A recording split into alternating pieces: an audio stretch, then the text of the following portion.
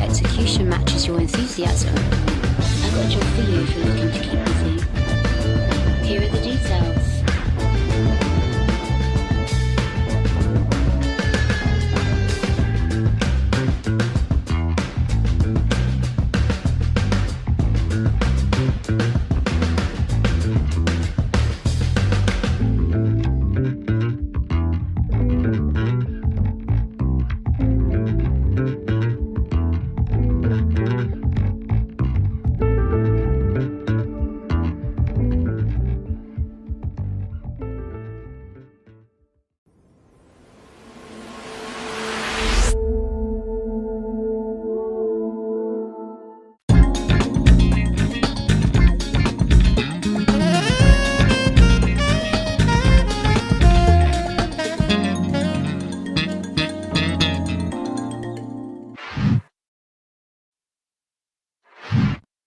Greetings and welcome to another episode of Soul Talk, where we talk Star Citizen and members of the community. And I forgot to put in Jade in this scene. But I am joined by Jade today. Kawadi couldn't make it, so I'll fix that real quick. How are you doing, Jade? I am fine. I'm good. That's good. So hold on, let me fix this real quick. Just a couple of clicks. Oh boy. So how was your week, man? Oh, it's been good. Been good. I've been farming more clothes, so I have more to sell when the new patch dropped.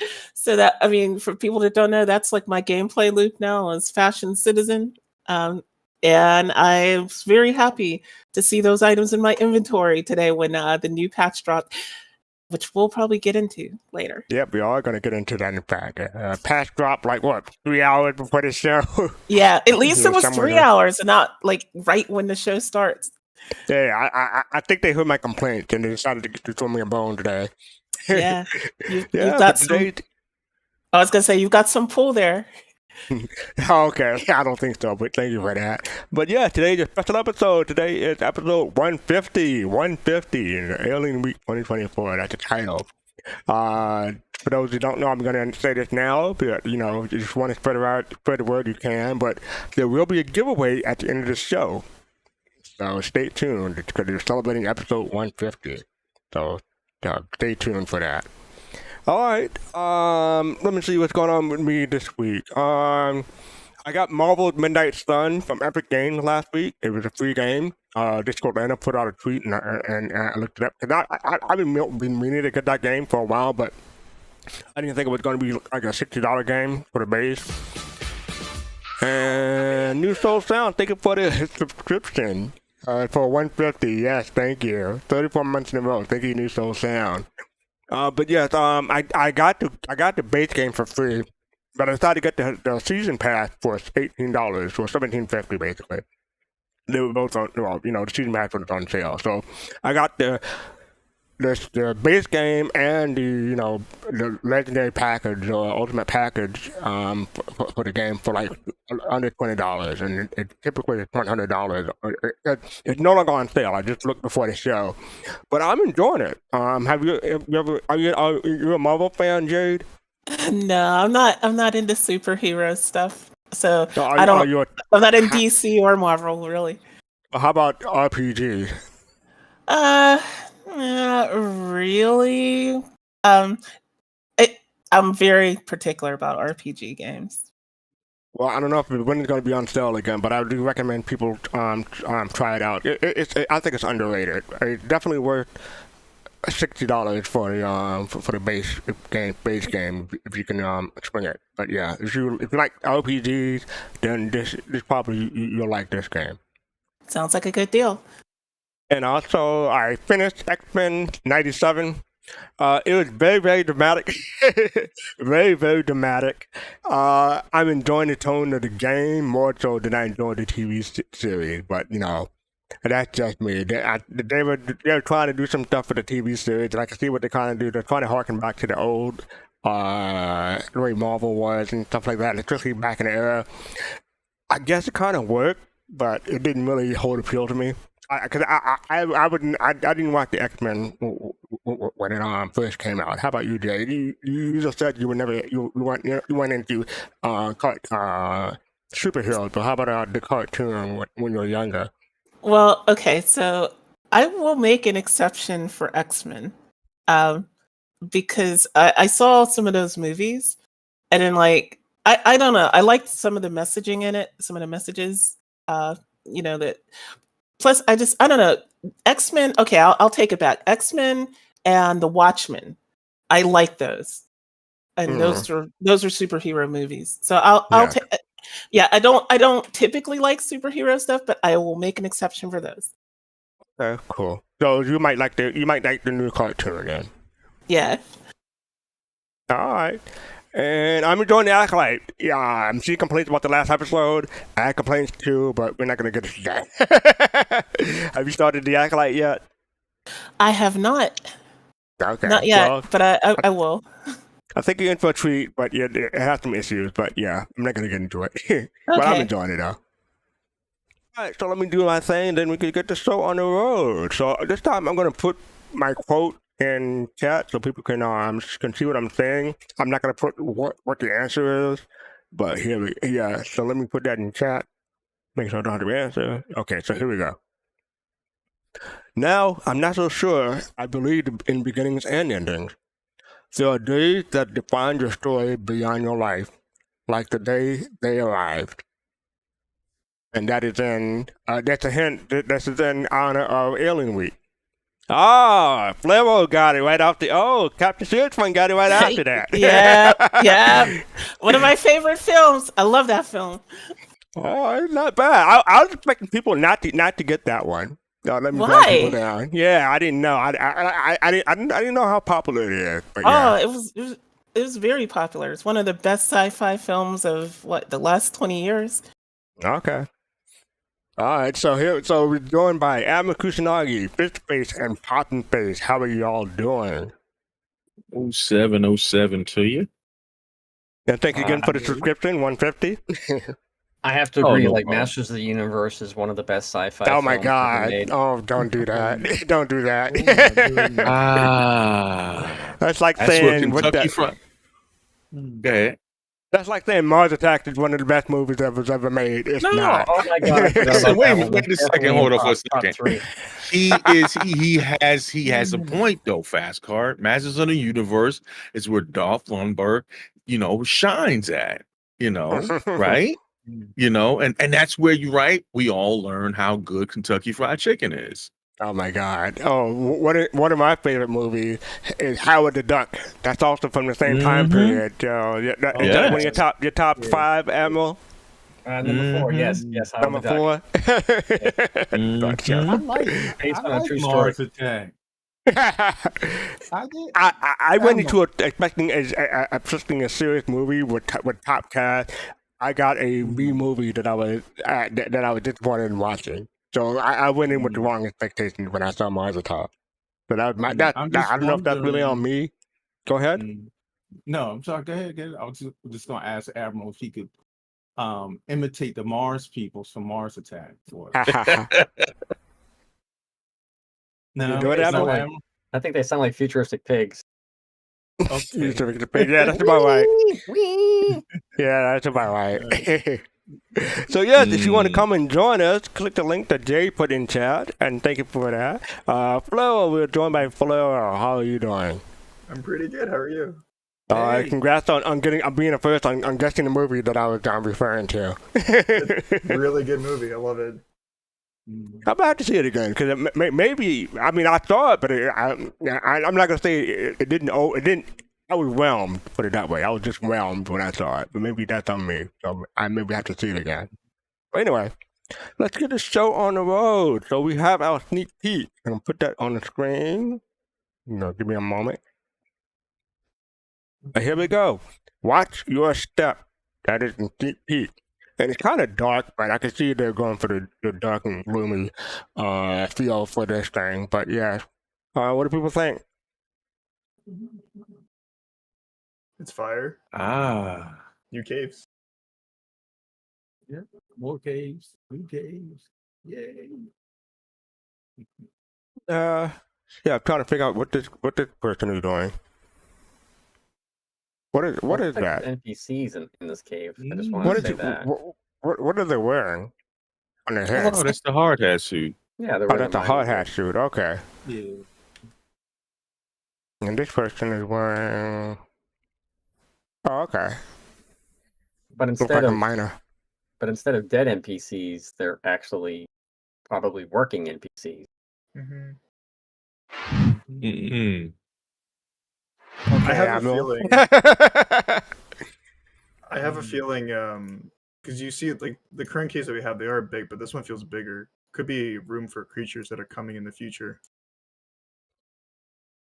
True. Like big caves, or like sorry, not big caves, like big creatures. Like space bears. Yeah, the There Yeti. you go. Yep. I mean, they do have the Ebola stalker, so yeah. Yeah. So, do you mind me chiming in, fastcart? Go ahead. All right. I think these are the acid biome caves. The acid cave biome, acid cave archetype that they said they would be working on. Okay. I'm trying to scroll down, but it's not letting me see it. But yeah, I can see corrosion on the surfaces and stuff like that. Sure. Focusing more on the ground than the top, because at first it just looked like it was just wet, but now I can see maybe corrosion. So yeah, I'll watch your step. I don't know if that's from a song or I'm guessing that's just a overused slogan in this case instead of from a song. But watch your step. That's the name of the sneak peek. And this time we do have STL. So let's go ahead and get to that. Last week STL was titled Star Citizen Live Game Dev Making Ship Up 4. I almost read IU, but it's 4. So yeah, anybody had a chance to watch this? Yeah, I watched a little bit. Yeah, go ahead, Pops. I don't know. I mean, this is just an kind of let your imagination kit bash, do what it do. Just the only thing it made me think of, because he had his dog, he had his little puppy dog in there with him.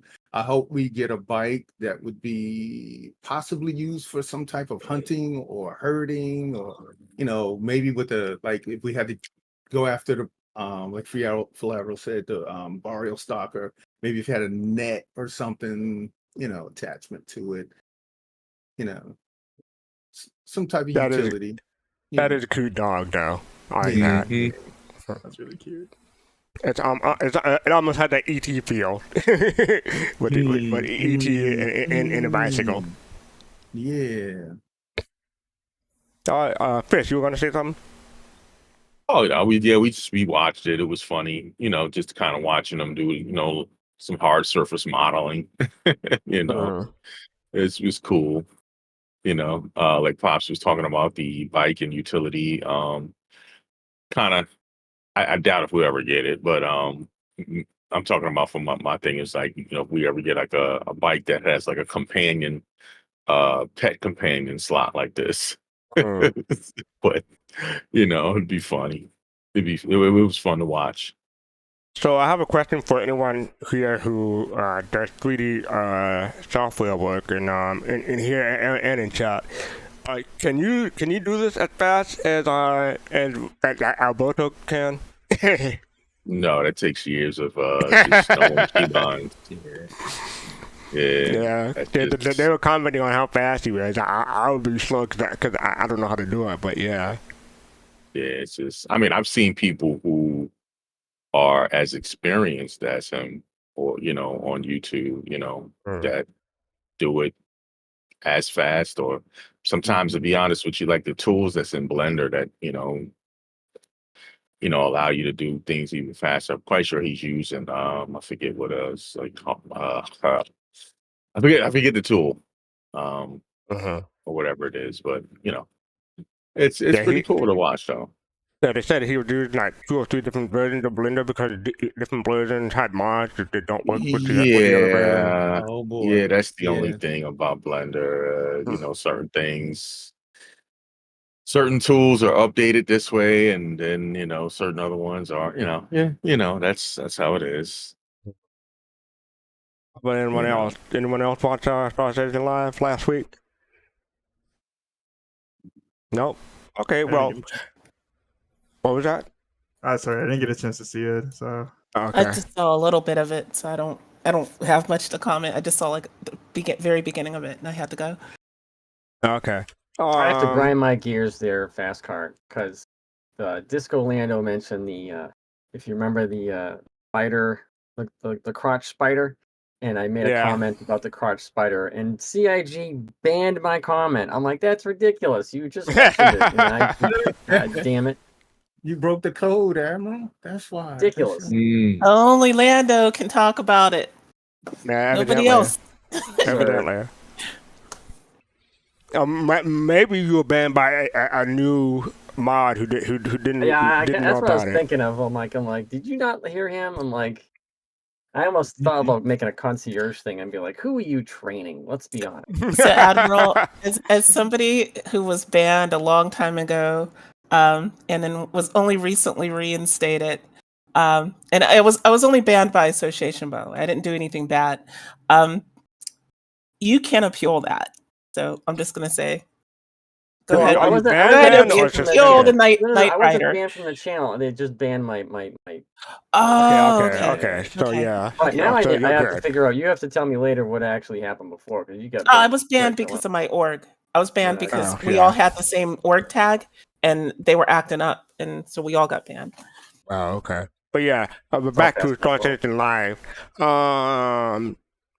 They're talking about there's not much about the game development. It's more like how to make a ship. So I mean, yes, that is game development, but as far as like new stuff, some of the things they mentioned was that the developers CIG is tool agnostic, meaning that if you're familiar with a specific tool or a program, they let you use it instead of making you train and use one particular tool, even though that might be easier in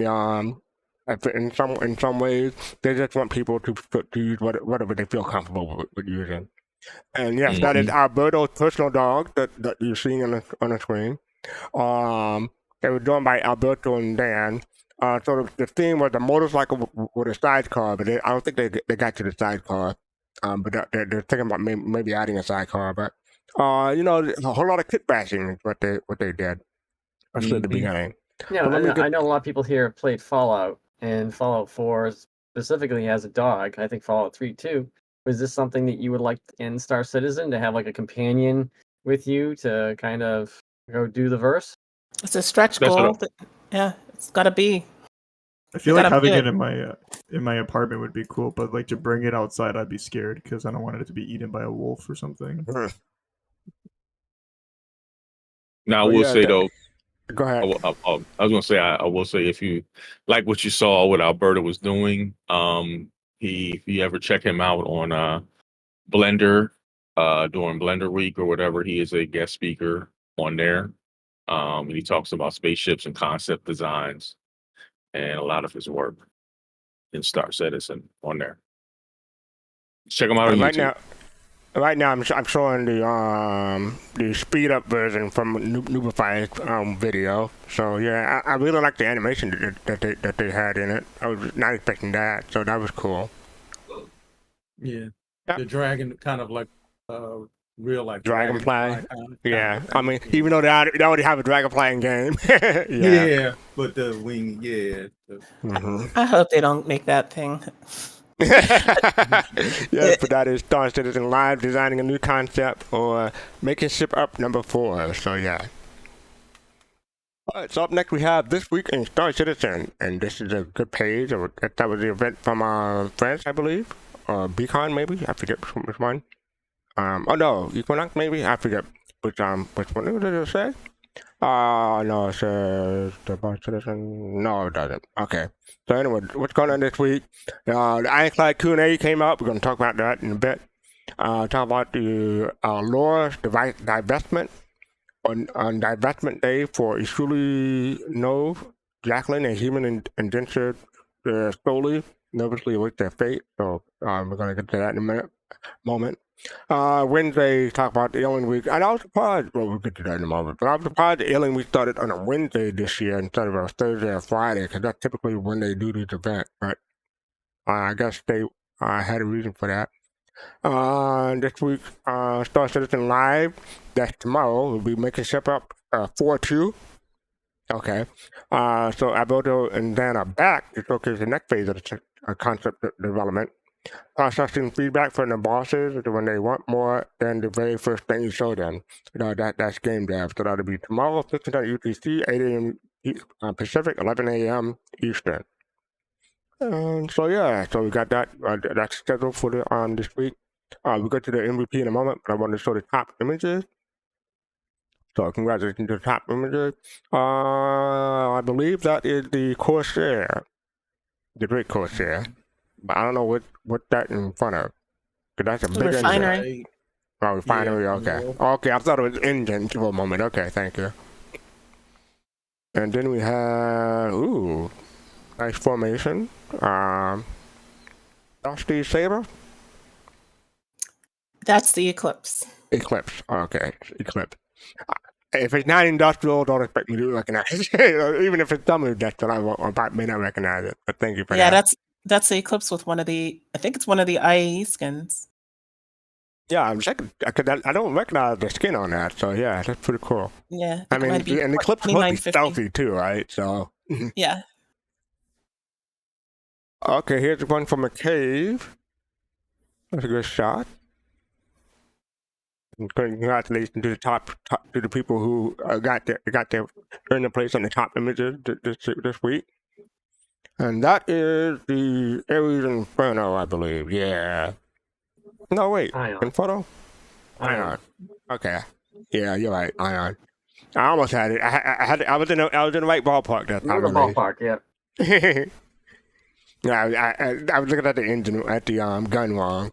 But yeah, so congratulations to the winners for this week's top images. And then for this week's MVP, so we made a Star Kitten by Mueller TV. Mueller TV followed up the series of crocheted figures of Star Citizen with an adorable Star Kitten. We can't wait to see what's next. You can find it on the community hub. Yeah, that's super cute. I like croquet. I would never do it myself, but the fact that they crocheted that is really awesome. Back to the top. Talking about June also brings us Alien Week, first contact day, and can't wait to hang. Okay, talking about alongside the historic Alien themed content this weekend, they're hosting an annual International Bar Citizen Weekend event near all their studios. Los Angeles, Austin, Montreal, Manchester, and Frankfurt. We covered that last week on the Bar Citizens around the world. So join the fellow citizens and CIG developers for a weekend of commodity, cold beverages, and Star Citizen Cop. Can't wait to hang out with you. We got plenty of goodies to give away. For details, events near you, check out the latest Spectrum announcement. This is one of the links that I forgot to put in the doc, Jay, so I just copy and put this in chat for you. But yes, so this is first contact day. I guess it was June 12th, so that was yesterday, in fact. So yeah, that's why. Oh, that's probably why they did Alien Week started on Wednesday. Okay, it makes sense to me now. Yep. All right, so yeah, it's June 12th, 2438. That's first contact day. Do you know And what then happened? Oh yeah. No, do you know what and then- happened on that day? So it says right here. Yeah. Right. Okay. Yeah, you want to read it? You want to No. It's okay. It was just when we met the Banu for the first time. Right. Yeah. I'm glad that Star Citizen commemorates the first time we met the Borg Queen. Okay. All right, Admiral. All right, I give you that one. You're taking lessons from me. Just letting you know. And then we have International Advanced Citizen Weekend. This was posted last week, but just wanted to put this in chat because they are having several Advanced Citizen events near their location offices.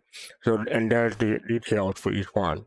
And if you're not near a studio, you can go to the Advanced Citizens. We're coming to you in 2024. That's the thread I was talking about, and they can't wait to see you. So yes, if you're near, check out a Advanced Citizen, and you'll get a code or something for something in game. All right.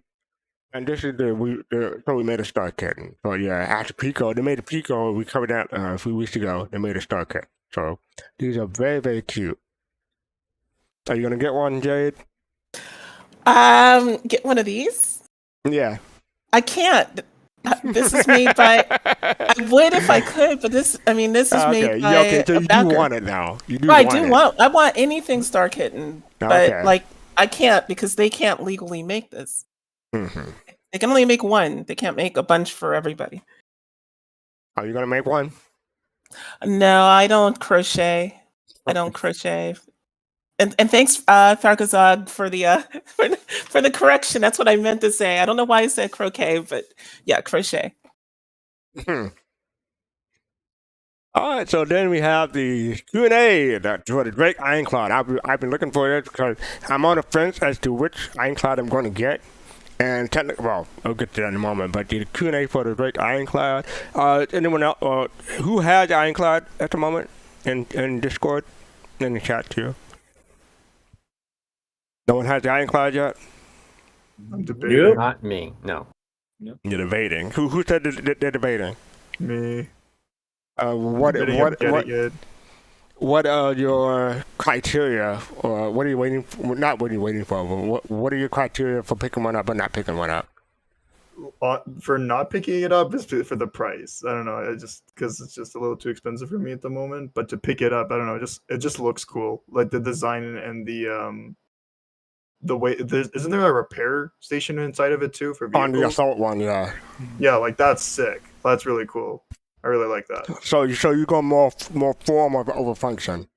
Yeah, like if I'm gonna raid a base, like I want to just take my ship in. Like I would park somewhere and just take a hover bike or something, or a tank, and just go in and infiltrate, and then come back and repair it. Like that's really cool. And plus, it's a really big ship too. So even for like cargo and like holding other stuff, it's just awesome. Yeah. Well, let's take a movie like Prometheus. Like they had a bunch of vehicles in that thing. They had a large ship. And if you think about it, like if you want to do like a Prometheus type exploration ship where you're going into mines and you want to bring vehicles into mines and stuff like that, and this would be an interesting ship to have. Absolutely, you're absolutely right on that. I want a Liberator, so I don't have a need for it. Okay. So let's get to the Q&A since we have it up. What are the ships and main competitors to the Ironclad? Ironclad Assault, for example, how does it compare to Crusader Hercules? The Anvil Liberator, Crusader Hercules, or the Ironclad's closest competitor, speaking of the Liberator. The Liberator is a dedicated vehicle transporter, so it naturally excels at that, though its cargo remains relatively exposed. The C2 and M2 Hercules are the closest on-paper competitors, providing enclosed cargo capacity and the option for multiple turrets. However, the Ironclad Assault beat the latter, or the M2, while the Ironclad base beats the former, the C2, and the cargo capacity. Can the Ironclad be used as a mini carrier, and what is the biggest ship that can fit through the retractable roof? It can be used as a mini carrier. The cargo bay is designed for cargo metrics, so it doesn't conform to standardized hangar dimension, with the maximum being 40 by 21 by 17 by 7.5 meters. So let me read that again. 40 by 21 by 7.5 meters. Bear in mind, the roof does not retract over the full volume, limiting maximum length. Of course, this may change during production. Will the ironclad assault have retracting roof like the base version?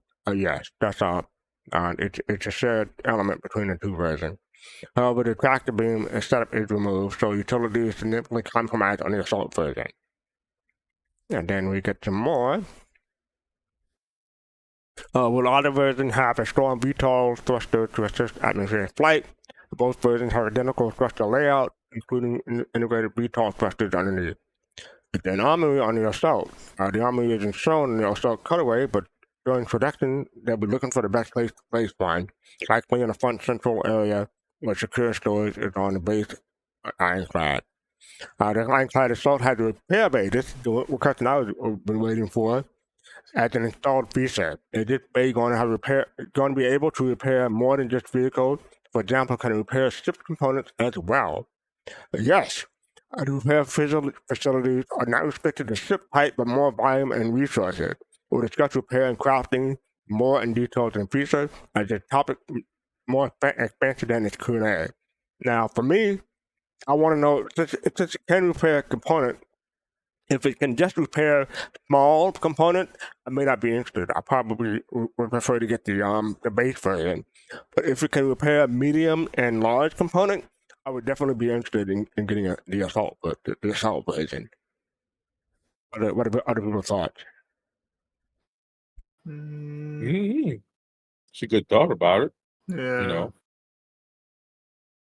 Okay, so I mean that was another question that I was looking for. Anyone in chat have a? Well, I guess most people have already decided whether or not they're going to get one. So maybe I'm one of the few on the floor who's still on the fence. Togi says he got 3. Jesus. Yeah, Togi's well, he's special. You know, he loves being able to transport his tanks. A tank, a tank. Lord of the Drip said he got one. Mm. Yeah, because doesn't the Ironclad have the capacity to transport 4 tanks? Or something like that? Does it say? I mean, they got screenshots, so let me look. It doesn't say. I remember seeing some sort of picture. It was like 4 tanks. Yeah, there is an image with 4 tanks in it. Yeah, it's huge. Yeah, there's an image with 4 tanks in it. Alright, so continuing on. How will the self-destruction feature work on the Ironclad? Can I initiate self-destruction in the command module and attack and fly away? Or will the command module be in self-destruction mode?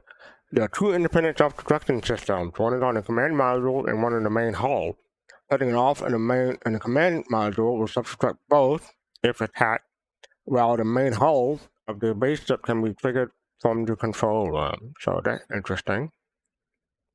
Not what I was expecting, but cool someone to ask. Is the command module shared between the Ironclad and the Caterpillar? Command module is compatible between the Ironclad and Caterpillar. However, the Ironclad module is a slight redesign from the original Caterpillar one that retains a lot of the features. So I don't know, maybe want to mix and match depending on what your style is or what features they have. But yeah. If you detach the command module, does the Ironclad become a flying brick? Or can you still steer it from the ship itself? The Ironclad is exclusively flown from the command module, while with it detached, the main hull can no longer fly independently. However, it retains power, cooling, and other functionality like tractor beam control and self-defense. So it won't be able to move, but you can defend yourself. How will insurance handle detaching the command module and loss of the main ship? They're currently working on insurance. How insurance will work with the Ironclad. We'll talk more on the subject closer to the ship's viable release. So that's interesting. So they've been having it for the Caterpillar too, but I guess they put that off too. But you'll find out for the Caterpillar and the Ironclad, and in the Endeavor too, because the Endeavor can detach as well. The front docking thing can detach.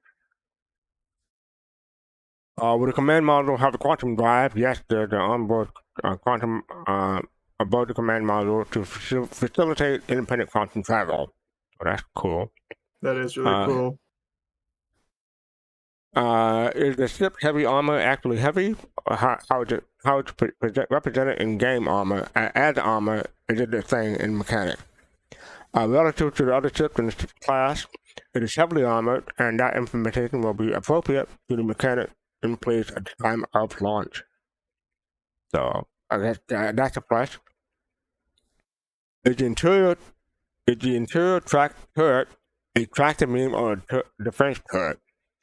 The interior turret at the rear of the cargo bay is the defense turret.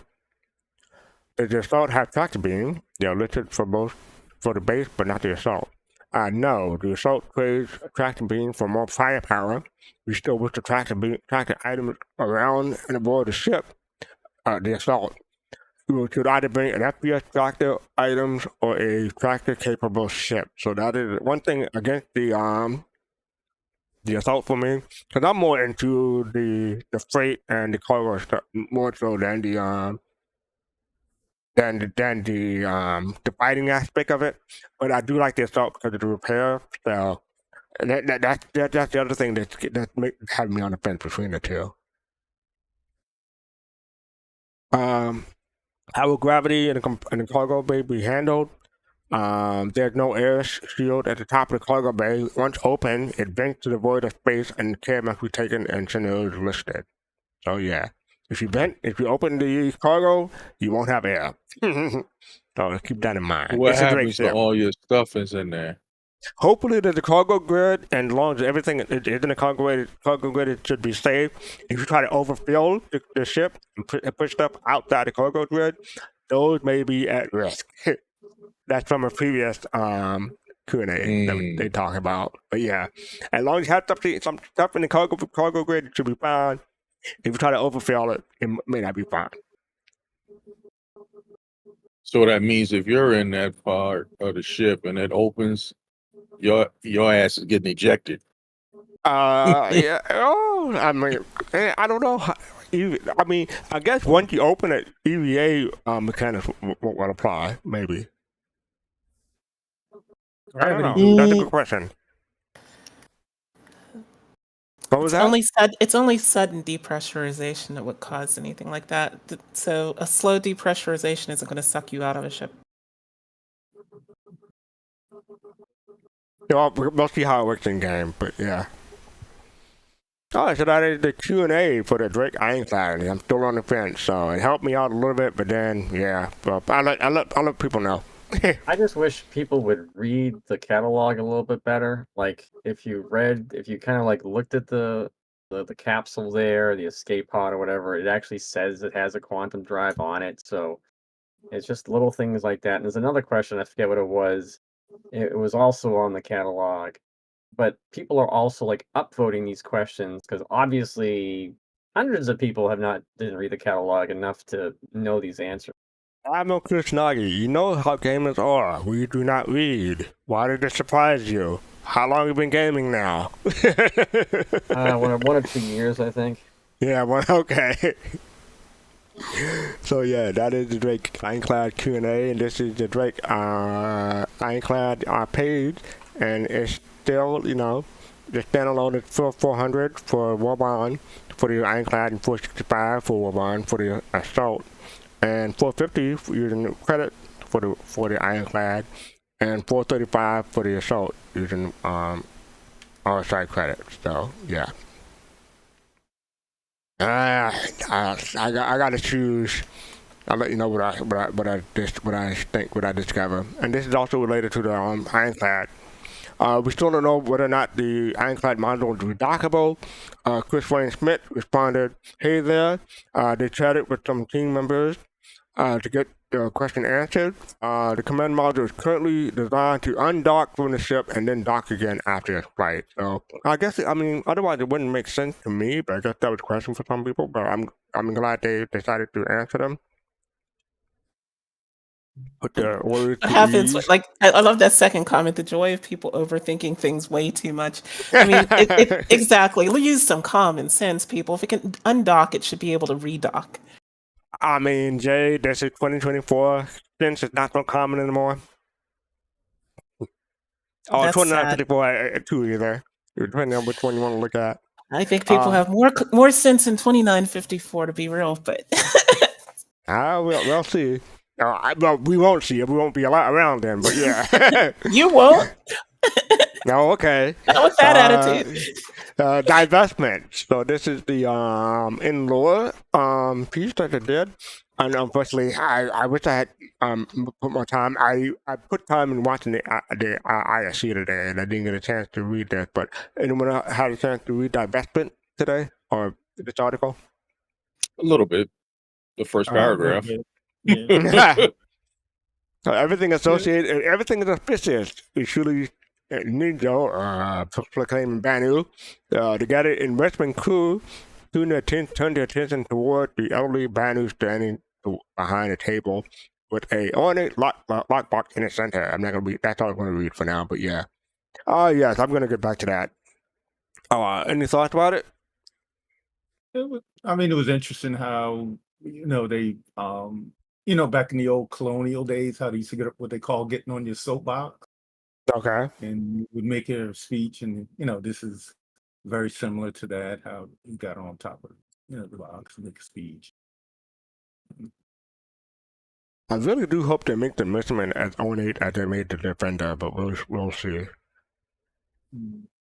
Yeah, I read through it because I love lore, and I thought it did a good job at sort of personalizing the whole, being an indentured person working for the Banu thing, and how happy she was, like when she was gifted the Defender and her freedom. So yeah, it's worth a read if you're interested in that. I'm gonna have to come back to that one. Sorry, folks, I didn't get a chance to read it, but yeah, I'll try to do better. Anyway, up next we have the roadmap roundup for June 12th, 2024. There was no comlink this time, as far as I could tell. But hi everyone. Every 2 weeks, the company roundup with a brief explanatory note to give you insight into decision making that led to any changes. There were no updates for release review this week.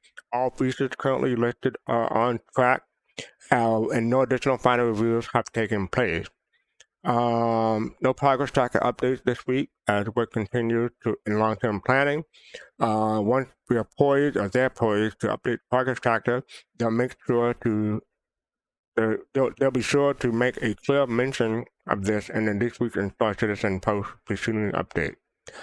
Further insight and planning, we talk about the latest news letter from the chairman and also the Star Citizen roadmap companion. But then there's another post in the same thread from J.K. Capella.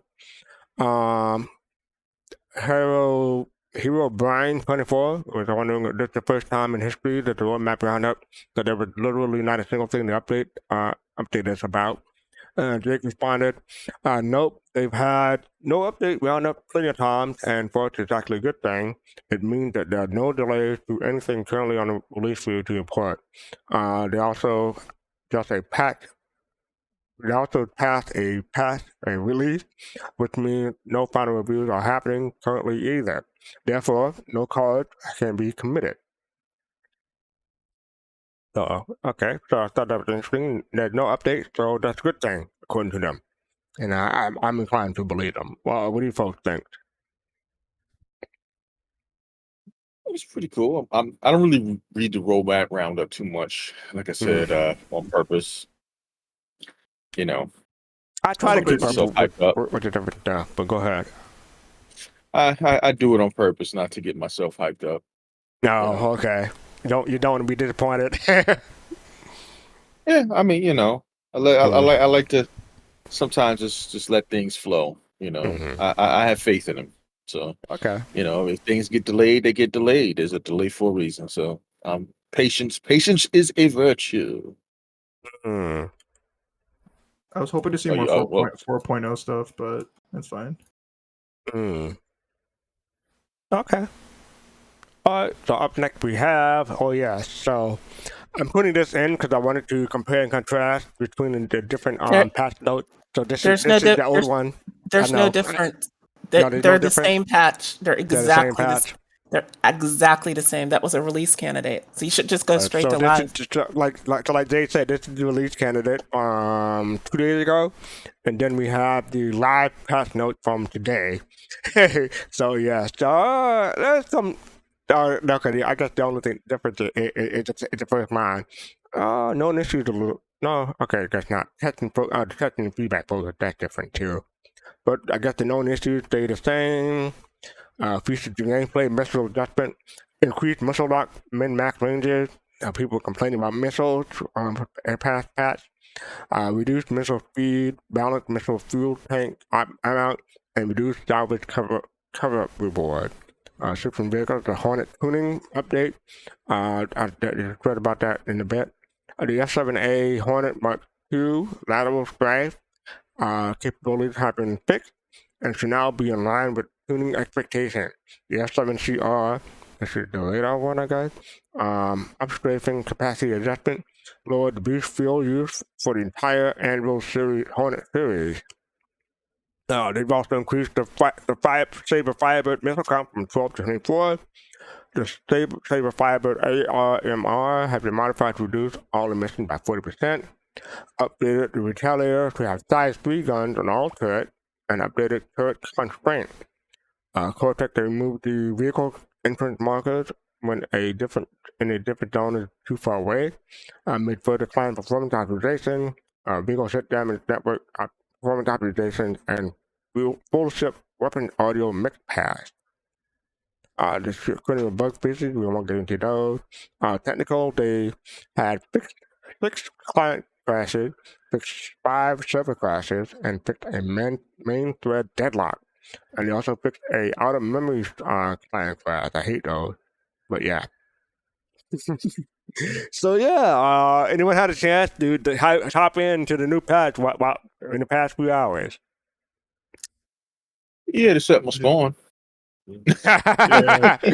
What did you set it at? Microtech. Not gonna take. I'll probably do the same thing. I just hopped in to check out the banner defender. I got it today. That's about it. I hopped in to check my inventory, and that was it. Okay. Yeah, I normally I try to install and just hop in, just make sure everything is working, but I haven't had a chance because I was working on the show. So yeah, I'll do that probably after the show. Oh boy, so here we have something coming up. Oh yeah, this is posted earlier today. I don't know if it's an update. I don't think so, but the live service disruption. This was 6 p.m., 6:30 p.m. Eastern. So that was 3 hours ago. The Persistent Universe and Arena Commander had an issue with 1904 error. In fact, people were coming up and asking about the 1904 error. As a matter of fact, they made it a post in the Spectrum. They said 1904 error, notably above normal rate since the new patch is released. It's being looked into, but it's looking like a good majority of these are on their end. So, yeah. This is why testing is important. Evocati is important. But, when it hit live, there's more people accessing the server than with Evocati. And that's when they treated bugs that weren't noticeable in the PTU or noticeable in the live. So keep that in mind. So this was resolved. It was resolved. Okay. Yeah, I checked the status page, but the other cool thing that happened, and I didn't say anything, was in the launcher now, when there is one of these issues, it comes up on your launcher live. It'll tell you that, and then when it's resolved, it disappears. So that's a cool new feature of the new launcher. I didn't know they even had until today. Yeah, I just hit refresh. So at 23:10, there's initial notice, and 23:45, it was like 35 minutes later, the hotfix is deployed, resolve the incident, and the team will continue to monitor. So yeah, cool. Okay, and here, an update on aUEC exploits and account suspension. I'm not going to read the whole thing, but basically, where's the number? They don't say the number in here? Oh, there it is. 600. Yeah, so I'm looking for it. As a result, they've resolved multiple aUEC exploits in 323.1a, and they've identified and suspended over 600 accounts involved in exploitative behaviors, while also moving the illicitly gained aUEC from the Star Citizen ecosystem. So yeah, what do people thought? That's basically the big news. 600 accounts were suspended. My thing is, I'm curious to see how long the suspension was for. And I'm glad you asked that, because that is the next two tabs. So let me get this up. So right here, you can see Captain Zalo responded. This is from the Reddit thread. Did not suspend it, but not days, not weeks, but they are suspended for months. So yeah, Right. don't do bad things. That's for tough. months. I don't get that though. I mean, it's I'm like not sure why would you suspend an account. So was that Pops? Now I'm not sure why you would suspend an account in the alpha. Wouldn't you want people to find these exploits so you could fix them? You don't need to do it 500 times to find the exploit. Yeah, you need to, yeah, you do yeah. it twice and you report it. And they can tell if you reported something. If you didn't report it and you did it 500 times, ban. I'm sorry. I'm just suspension.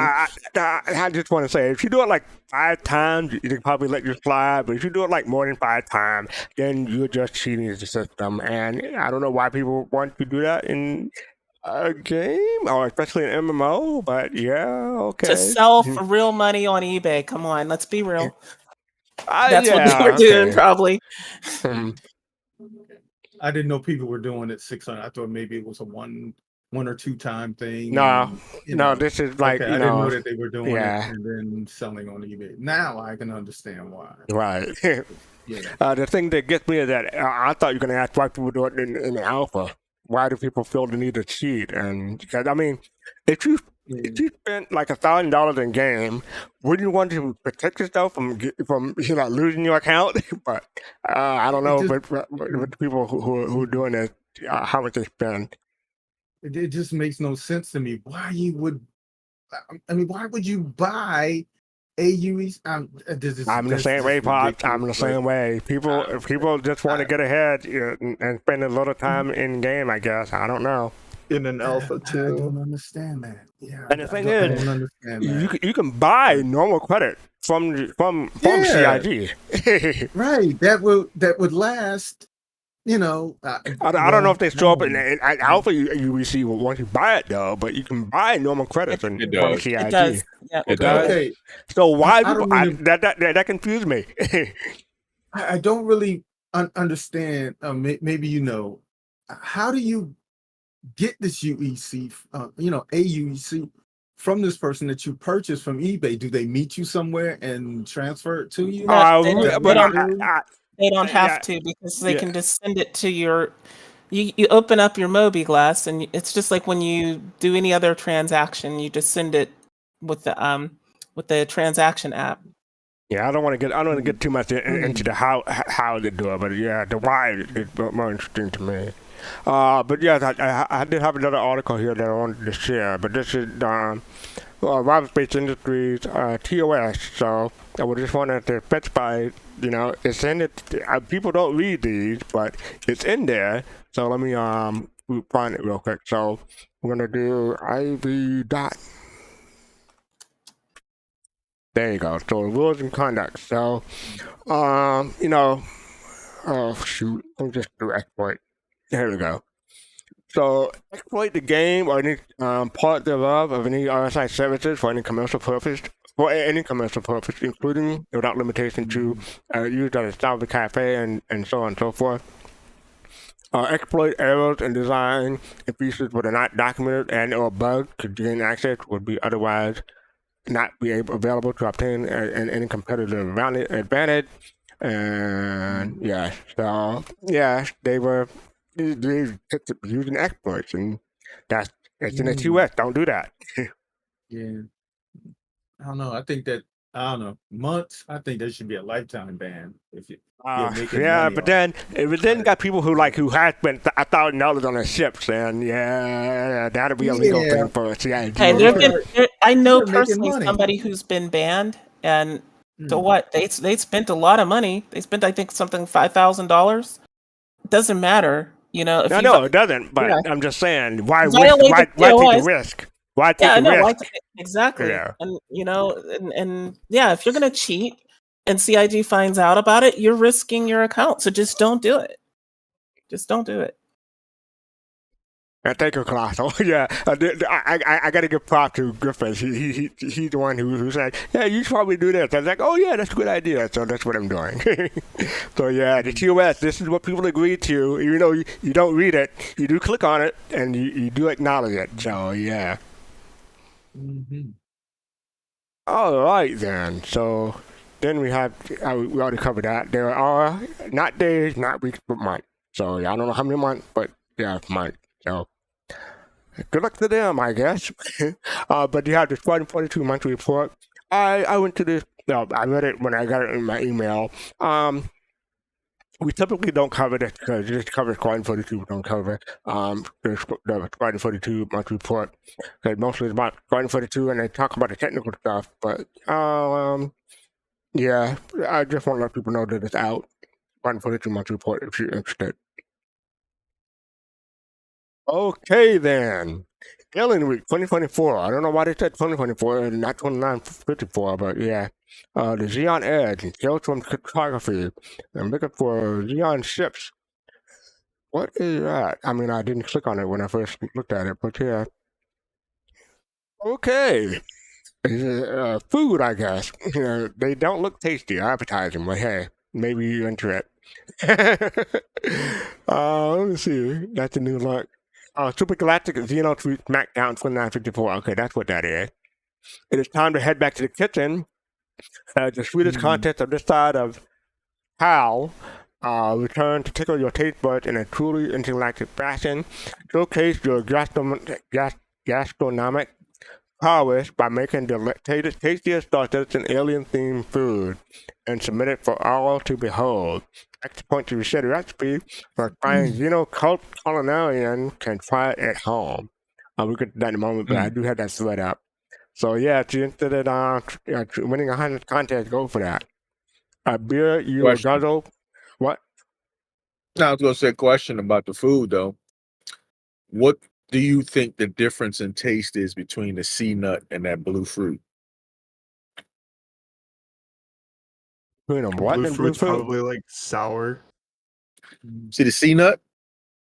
Oh, that's right, yeah. fast. You don't know. Do you know? Okay, so what's the difference between that and the taste? I don't know. You don't know. It's all ones and zeros, so it's really tastes the same. Well, one wiggles down Everyone your is mouth. comedian So tonight. One wiggles down your throat, one the other one doesn't. a bit of lore. The blue fruit is called blue bilva, and it is known as being highly astringent, aromatic, and very high in fructose, and it has a distinct, rich flavor. So, yeah, I guess I don't know. I don't like the look of sea nuts. I'd rather have the fruit. Plus, I'm not really into eating meat much anyway. I'm not into any of these, so if y'all want to have at it, more power to you. But a bill goes with you, then relax with a puzzle. Donuts and in-person upcoming Bar Citizen near CIG Studios, talked about previously, an in-game artifact. The mysterious and relaxing Huai puzzle. It's one of the many secrets of Xeon longevity, or so they've been led to believe by its advertising. So they give you a code, they give you a card at a Bar Citizen, and you take the card and input it into here, and then you will submit. And you don't put it into there. That's for the secret message. You do put it into the RSI website.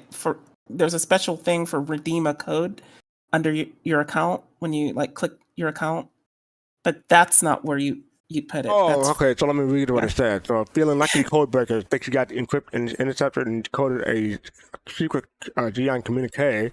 Input below and find out. Diligent code breakers will earn the Alien Week 2954 challenge coin as a reward for the keen eye to details. Okay, so that's something different. So my mistake. Thank you for that correction. You're welcome. And you have Alien Week specials. So yes, let's get to that page. A full out of this world offering. And I'm happy to report the band investment did not increase in price. It's still $6.50, but they are offering a. Oh, that's the suit. That's the suit. That's the ship. Okay, I should have gone in order. But they are offering a Warbond band investment. You get for $600, so you save $50 instead of paying $650 with all that credit. So yeah. Any thoughts? Yeah, where's the new ship? Yeah, well, only the artwork for the Banu Merchantman. I just thought it would be, an Updated. a little bit. Yeah, I was just surprised they used an older image for it, but why waste the resources to make a new one? I mean, this is one of the popular images. People, Yeah. back before 2017, this is when people thought of the band investment, they thought of this picture. Or so, yeah. Yeah. I'm just surprised they haven't released a ship. Like no concept or something like that. Okay. Yeah. Well, I mean, like I was we're talking about the BMM here. Like everyone's like, oh, BMM, but like we see them now. Like all the big ships are having smaller ships or medium-sized ships being created to help build the bigger ships. And we know that the BMM people like took off and now working at McDonald's or Bed Bath & Beyond or wherever. Or Star Atlas. Or Star Atlas. And we need a medium-sized ship, perhaps a cargo ship or something, maybe a mining ship, whatever, to kind of help get those creative juices locked down to say this is how we're going to make the BMM. So, I mean, I know they get like rough drafts and stuff like that, but they got to build something smaller to kind of get a handle on it. The Defender. I was kind of, Alien Week is just, it's just treated like kind of like a stepchild, kind of a unwanted, redheaded stepchild. I know that's a bad term to use it in reference to a child, but I don't know. It's just okay. We got new paints. Happy. I bought a few, but I remember when the railing came out. They could have, at least have a concept shit ready for Alien Week or something, But yeah, that's just me. Nobody likes me at all. I'm the stepchild. I don't know. Star Citizen community. Stop making new ships. Also, Star Citizen community. Where's my new ship? But right now, I'm showing the Warbond option between the Merchantman and the Astra. So it's not showing on the screen, so I can't scroll down to show you. But you can get a CCU with a Warbond edition for $25 as opposed to $75. So if you want to do that and lock in the price, you could spend $25 and you get yourself a $600 Merchantman. But yes, you don't have an Astra fast cart. Did I have a what? It says warning. You do not own one. No, I don't have an Astra now. No. Are you guys surprised the Glaives for sale? Yeah, we'll get to that in a moment. Let me show that real quick. But we got the Nox, we got the Shulin, got the Talon, got the Talon Strike, got the Cartu All, got the Defender, the Wailing. I've always been tempted to get the Wailing, but now that I'm thinking about getting the Ironclad, I probably won't get that. But the Wailing does tickle my fancy a little bit because I do like the look of it. But it's an alien ship, though. I know it's an alien ship. Thank you. Well, you have the Santak Yal and the Blade and the Glaive, which you just mentioned. I'll come back to that in a moment. But you have the Prowler and then the BMM. But back to the Glaive. This is. It's rare to put this on sale. Obviously, they would do it Alien Week. But there's a special game mode exclusivity in order to get the Glaive, and I'll get to that in a moment. But so I can get to that now. Oh well, but before that, you have the Star Citizen First Contact hoodie. They're doing merchandise. It's $58. I think pretty sure that the price is the same across all the sizes, at least for the small and the 4XL. So yeah, $58.50 US. Oh, a high end polyester blend. I don't think you can show the whole thing, but yeah. And then you have, I wanted, just the only week, the thread, second thread was, hey, welcome everyone. They talk about the contest that we were going to get to in a moment, and talk about the international citizen. We get the card, to get a code, to get the Xeon toys or whatever it's going to be in game, and they teach you a few words in different in Xeon. So yeah. But here, okay. So this is from Nightbird asked, the Warbank Glaive on the Alien Week page doesn't appear to be in store. Nico said it should be fixed now. Thank you for the report. And then you have a couple more posts regarding that. Just to make things clear, to buy a glaive you'll need to complete Vandal Swarm game mode in the Wing Commander. You might have already unlocked it. It's a 2946 Vandal Aggressor badge. You can only pledge one for one. So if you already have, it's like the F8 Lightning. If you already have one in your hangar or your buyback, you can't get another one. There's only one per account. So you won't be able to get a new one. If you melted it, you can buy back the glaive. So again, if you have any buyback, you can't get it. You can't get a new one. And then Nico responded. Someone said they just completed Wave 25 about an hour and a half ago, and they were rewarded with 2953 Vandal Aggressor badge, but they still can't buy it.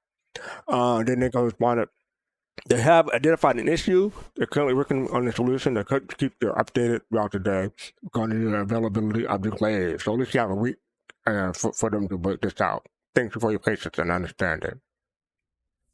So yeah. If people want to get the glaive, let me look at the price of the glaive again, real quick. It is $350 for the glaive. It is a medium fighter, but it's a single pilot medium fighter. And some people love the look. I like the look of it personally, but I don't like it for $350. That's me though, but yeah. Now, correct me if I'm wrong, but that has a retractable, like, working knife that is steerable into ships. I think it does, yeah. I think it does. So you can slice ships instead of preparing. You can melee ships. I think I'll consider getting the Vandal ships when the new rework comes in from Squadron. They're gonna be a lot more expensive then. True. I mean, it's up to you. And I don't know if you can hold on, let me see if you can upgrade now. Type in blade. Does that actually work though in the game now? Like, does the blade actually work? It used to. Probably. Yeah. So you cannot upgrade it. You have to buy it outright. So yeah. Yeah, but they're working on the issue to let people get the glaive. So hopefully that'll work out for people who are interested. You can always get 200 referrals. Yeah. Good luck with that. Just Good saying. luck with that. Is that how you get it? Like that's another way you can get it. Yeah. 200. I have 5, and I've been ever since the game, the referral program launched. So it's been 7 years now. So yeah, good luck with that. You guys want? I'm not saying it's not possible. I'll give you $5. Yeah, right. PayPal. No, don't do that. It's both banned. That's an exploit. Don't do that. You just read it to your ass on the screen. Supergalactic XenoThreat Smackdown 2954 contest. Hello, citizens. Prepare your spatulas and activate your taste buds because we're to kick off the annual culinary contest. Returning again for this year's Alien Week. So we covered this a little bit before, but I just want to say you can talk about how to participate. Number 1, you can cook, create a delectable dish with a Star Citizen specific alien theme. You can snap. You can take a clear, high-quality photo of your masterpiece, and then you can submit using the template provided. Submit your original creation to the Alien 2954 event page on the Community Hub. Do not forget to include the photograph, the recipe, and the name of the dish. Keep in mind, read the contest rules, and submission has to be include the image of the Star Citizen Alliance theme original dish. Let me see when the date is. Oh, here it is at the bottom. Submissions will end on Thursday, June 20th. I believe that's the last day of it might be the last day of no, it's a week. It's a week. So you have some Thursday today to Thursday next week. First place prize is Aopoa, Soundcloud, the LTI, and the Oscillus and Harmony paint. All these come with the Harmony and Oscillus paint. Second place is the Aopoa Cultural with the LTI, and third place is the Gatak Hulan. Man, if they had the Gatak Whelan, I might have tried. No, I can't cook. So yeah, anyone here interested in cooking and doing an alien theme, try to get a free ship?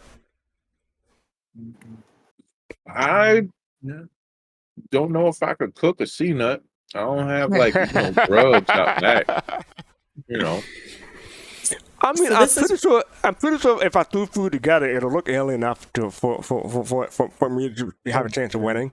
All right, here's the pro tip for anybody that wants to enter this contest. Go dive into the Galactopedia. There is fruit, there is other things that are similar to things that we actually have. Like if I were going to enter this contest, I would make a vermilion apple pie. So, because we do have those apples in game, right? They're called vermilion apples. So I would find something similar to something that's in lore and make that, because then it actually is more Star Citizen. And I don't know if they give more points for that, but I kind of think they might. They probably would. They probably would. And I was remiss. I went past the page too soon because we didn't cover the paint. They have the Shulan Harmony paint and the other paint, the Oscillus paint. So I think I like the Harmony paint over the Oscillus, but they both kind of look good. They go over the Shulan, the Soundtech Guy, the Talon, the Prowler, the Knock, Cartual, Defender, and yep, for both of those. So here we showing you a little bit again. The Shulan, Soundtech Guy, Talon, Prowler, Nox, Cartual, Defender. So when either the paint, go and check them out. And then we have the Wanderer paint. Oh, there's another paint too. I like this one. This is probably my favorite of the three. Ooh, So you got the Talon, the Prowler, the Nox, Defender. I got the Defender one fast card. That's the one that I got. I might have to get that one. It's so clean. In person, it's so cool. Oh man, they got me. Oh yeah. All right. When I was checking out, I see stuff like that make me spend money. When I was checking it out, I was already hooked. They already got me. We got the Shulan Alien Week Starter Pack for $72 US dollars. The Alien Pack Cornucopia, $125 US dollars. They got the Xen Experience Pack. I guess that's all the Xen slips and the armor, $115 US dollars. And then they got the Warbond Pelling Aggressive Pack. The Alien Complete Pack 2953 that was last year, but they haven't added anything this year, so that's why it's still 2953. $2,480 US dollars for that. And then you get the same thing for using on-site credit for $2,765 US dollars. Yeah. Alien Gear, you have the Xanthal Ascension kit for $12.75. Xanthal Ascension kit for $10. And then you can buy the separate weapon. The Ascension Rifle, $5. The Aves or armor and helmet stuff for $10. And I believe these are available most of the year, but they're having a sale. You can get them for $250 off. You save 20%. And then for a limited time, you get the first contact hoodie with 10% off, and this is what I showed. So normally $65 US dollars, but you save 10%, so it's $58.50. So is anyone planning on getting anything? Besides that paint. Inside the paint? Oh, that's Okay, everybody get quiet then. Oh boy. Oh, the anticipated from IAE, thank you for that. Yeah, oh man. Why CIG? Why did you have to do this? Why? Okay, fine, I get over it. Anyway, so let's continue on. talking about Alien Week and the Supergalactic Smackdown contest. So this is the cosplay contest for Citizen on 2954. Lick Ruler asked, they're trying to make a neat cosplay, but they don't think they'll be able to make what they want for this year, mainly for two reasons. They're bidding off more than shoe, that happens sometimes, and B, cosplay rather difficult when you have almost no experience doing it. Galactica responded, they totally understand if it's any consolation or motivation to Hendrosha had no previous cosplay making experience before last year's CitizenCon. He built his costume from on a stream for months before the contest and ended up becoming one of the winners. So just because you have no experience doesn't mean you may not be able to win. Scrolling down, Kite Goddess. Okay, I guess that's how you pronounce that. Will the audience favorite be chosen by those at the show, or will it be a way for people watching live to vote as well? Galactica responded, they've already worked out how to measure this in real life to investigate whether a vote from the live stream would be feasible. Each contestant will only be able to win one category, as these new categories were designed to allow all participants and skill levels to get accepted and have a fair shot at winning. Ken Shadow asked, thank you for making the great new categories, awesome training. Just to be clear though, if someone wins one of the three categories, it will not be listed in the vote. However, it is done for the audience favorites or correct or their misunderstanding. Galactic responded, correct. Audience favorite will be saved for last, so that those who haven't been able to already been chosen as the winner will have an opportunity to be eligible for it. So, hey, that's pretty cool. Does anybody remember if the guy that wore the bag over his head won anything? They did win. They did win. Okay, all right. Yeah, they did win. Yeah, I do. I remember that specifically because I was rooting for them. Yeah, I was going to say if they didn't win, then that would have been a fan favorite, I'm sure. It was like 2019 that happened, right? Yeah, 2019. Yeah. I think so. Yeah. Yep. And Jared told people not to do it too. Yeah, he did. But you know, what do you expect would happen when you tell people not to do something? They're going to do it anyway. Yeah, that is the CitizenCon 2954 Complex Contest. Submissions open now. This is the new player guide. Just let people know that it's out. I believe there's a free flight going on for Alien Week. So, yeah, plus Alien Week has commenced from joining for a fun alien themed adventure, both in and out of diverse until now from June 2024. So, yeah. Just letting people know that that's up. A couple more, then we'll do the machinima. Overdrive Initiative, XenoThreat Incursion is imminent. This was posted 2 days ago, June 11th. Citizens, we hope you enjoy taking Overdrive Initiative over the last few weeks. It's something XenoThreat planned both on foot and in the cockpit. They wanted to give you a heads up shortly. Shortly after the release of 323-1A, XenoThreat is preparing to turn up the heat and bring the full might of the dancing system. If you're looking to complete all 5 phases at Overdrive Initiative ahead of Incursion, now is the time. This was 2 days ago, so 323-A is now up. So I believe that time is over. Open the priority tab and the contract and get started. But yeah. Okay, so then we have... first, let me ask: has everyone who wanted to participate in XenoThreat and Overdrive Initiative? Have you ever participated? The last patch, yeah, not the current one. Okay. Yeah, I did all my Overdrive Initiative missions and got the F7A upgrade. Yeah, all I did was just waited for the Idris to come really close to me so I could just no clip in through it. And I did. I would really like them to make an addition to this. Now that they're doing XenoThreat out by the Pyro to Stanton jump point, that station out there, I think it would be really cool if during the Incursion they had one of the hangars, like during the Pyro playtest, be like a place that you go in and you have to like basically fight all the XenoThreat in that hangar, like they're trying to invade the station. Ooh. Yeah.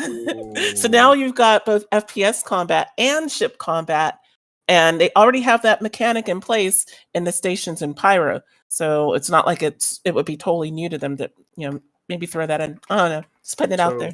Jade interview for CIG when? Oh, stop. You sound like Griff now. Okay, but yeah, that is XenoThreat includes its Imminent, so yeah. Then we have do I have to scroll up? No, but this is basically why is there still no Hornet fix in the upcoming patch? This is posted 2 days ago. But yeah, they're aware of it, and they did fix it, and we read it in the patch notes for the Hornet. So yes, that has been taken care of.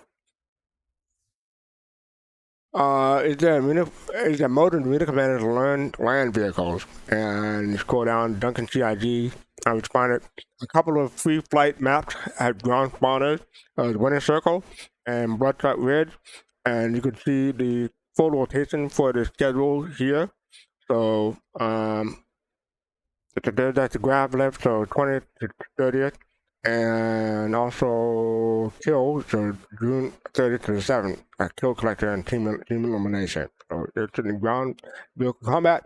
Those are the times to participate. I'm gonna do a couple of these real quick. I did notice a change in this one for one thing. It's private discount coupon. So they updated this 1 day ago. You get a 10% up to $50 coupon distributed across 12 months of subscription time, and then 12 months after. So you subscribe for 12 months, you get a discount coupon for $50 basically, or 10% basically. Imperial Prime get a 20% discount up to $100 for 6 months. Oh wait, 6 months? That can't be right, because usually 12 months. Because if that's true, then I'm eligible for a coupon. That's different. Maybe I gotta check my account after the show. Yeah, it used to be 12 months for Imperator. Now it's 6 months. Okay. Another thing that I did notice to change was discount coupons cannot be used towards any of the players that are involved with the following item: merchandise, event ticket, scripting, add-ons, and ship module. Now, what I remember in the past was buyback was also included in what you cannot use a discount coupon with. And I searched for buyback in this article. Okay, play the buyback discounted pledge. So you decide this is telling that if you buy something with a discount and then you mount it, you get the discount money back. But if you want to buy back from your pledge, you still have to pay the full price. But I don't see anything about whether or not anything from buyback is not counted now. So that's something different for me. No, but yeah, the 6 month thing is that's interesting. I got to check that out. I don't understand why they would exclude ship modules though.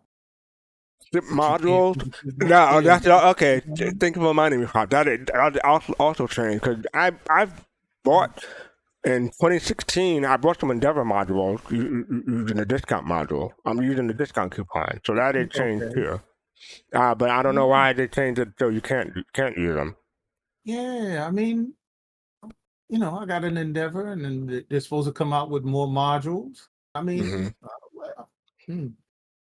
No, but it's not just Endeavor. It's like Retaliator too, or the I meant all of them, but I'm just saying what I had. Yeah, because I don't own a Retaliator.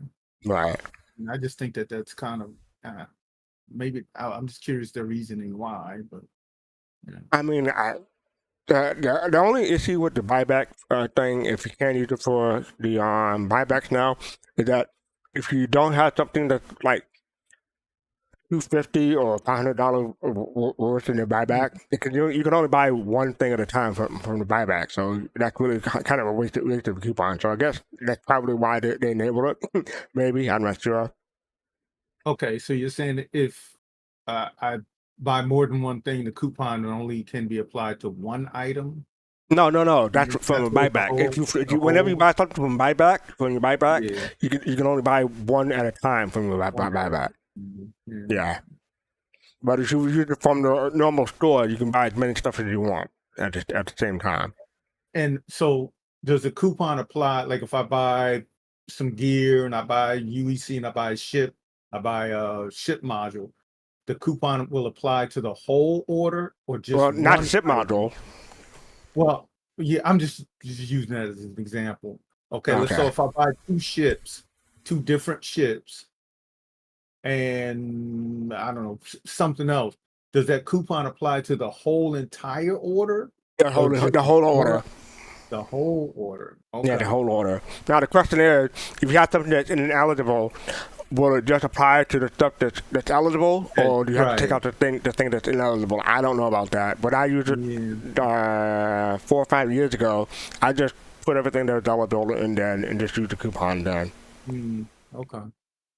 So yes, loaded drip. So you can use it on a Praetorian pack. Yes, you can. I have a entrepreneur pack or something in my buyback, and it's $600. So I would get like $100 off that with my Imperative Prime discount if I had one. And there is a limit.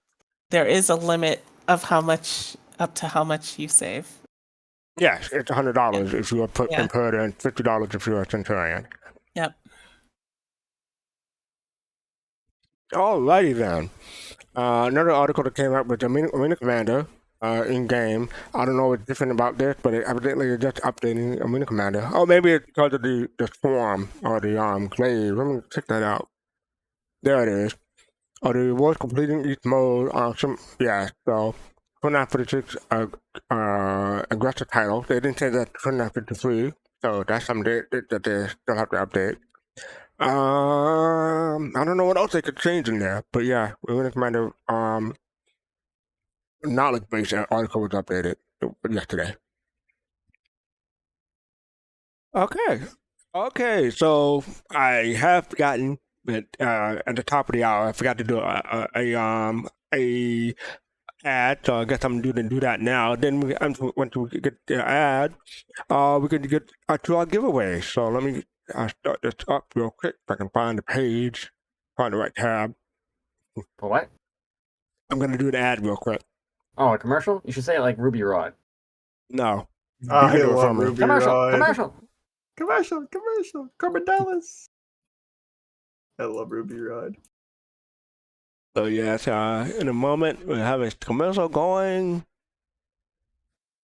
Trying to find the right. Here it is. There we go. So 3, 2, 1. There we go. So thank you all for subscribing. If you are subscribing, we appreciate you. Supporting in other ways, we appreciate you also. Thank you for that. And yeah, so we are going to do a giveaway. Well, I'll talk more about that when we come back from the commercial break. But yeah, hope everybody's having fun. Hope everybody's having a good week. How are y'all doing? Y'all enjoying the show? Yeah. No. No? What are your suggestions for improving the show? Tell a joke. Just take you and everything that is you out of it. I'll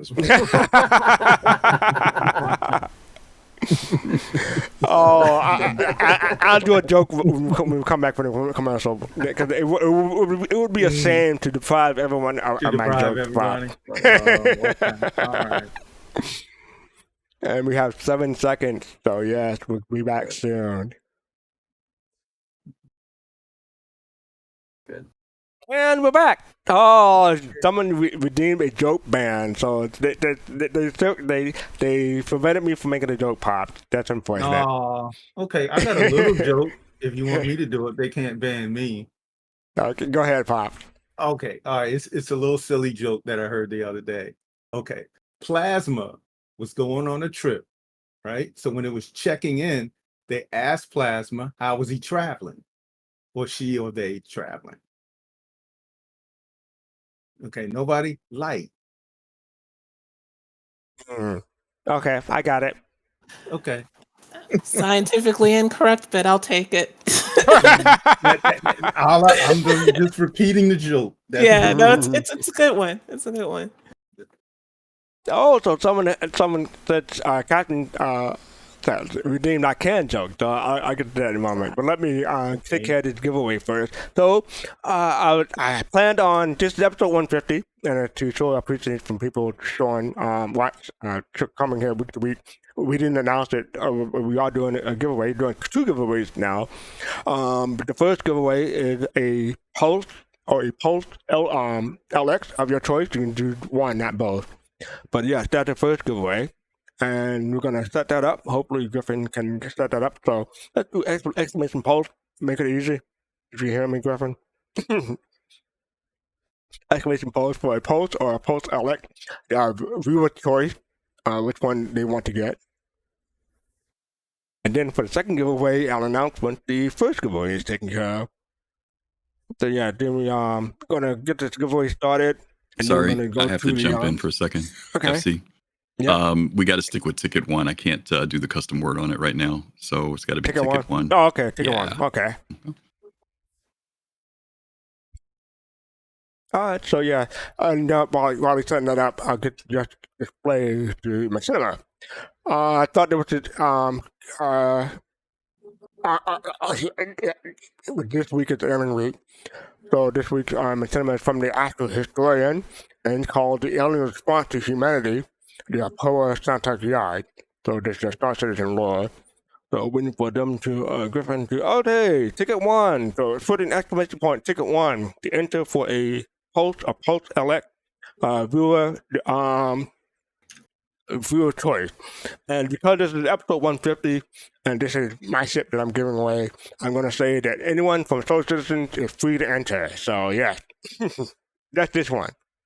Just this one. Giving your Banu Merchant Man away? No. Oh. As soon as I hear the word Banu, my mouth is automatically forming the word no. I usually have to finish the sentence. Okay, so here we go. So this is the community content for this week. It's 30 minutes long, so let's check it out.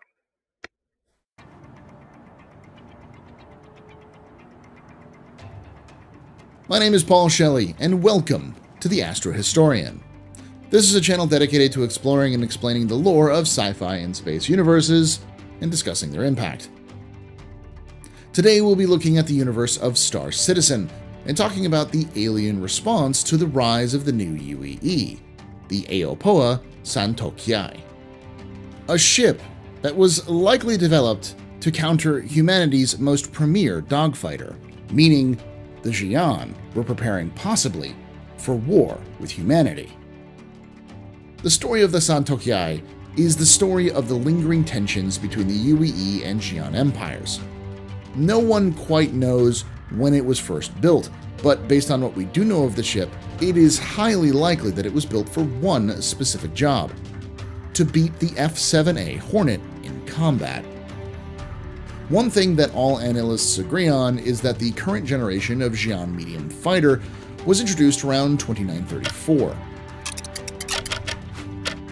It's under this theory that Xi'an defensive military units could have been receiving this new fighter as early as 2915, with the Empire only choosing to reveal the design to Earth in 2934 in response to minor trade dispute a year before. Early in 2934, UEE signal intelligence began noting unexpected movement among Xi'an units stationed along the old Perry Line, with many existing medium fighter squadrons that were previously believed to have been on permanent assignment leaving after years on station.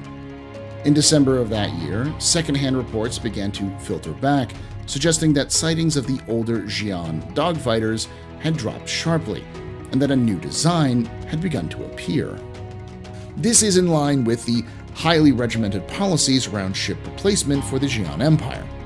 Unlike human units, which typically slowly transition to new designs, the Xi'an has always taken a all-or-nothing approach, manufacturing spacecraft to a long-term schedule and replacing designs en masse so as to reduce the need to support older designs and streamline their logistics trains. The UEE was immediately concerned with both the overall political meaning of upgraded mainline dogfighters along their border and the potential threat offered by this new, unfamiliar fighter. The Navy was particularly concerned about this change, as it could mean issues with the, at the time, up-and-coming space superiority fighter, which we now know as the F-8A Lightning. As a result, they were especially keen to gather intelligence on this new Xi'an ship. The fighter was given the intelligence reporting name Ares, and all assets in the Xi'an sphere of influence were issued a memo instructing them to gather information wherever possible. The first reliable accounts of the Xi'an medium fighter came in 2937, when a Hornet on a training mission came within scanner range of a group of 6 on patrol. Information gathered in this encounter regarding the speed and maneuverability of the medium fighter confirmed existing theories that it operated an upgraded version of the dual-vector maneuvering thrusters found on the earlier Kar-2 Then, in April of 2938, a remote sensing outpost recorded a pair of Xi'an medium fighters coming to the rescue of a transport besieged by raiders outside of visual range.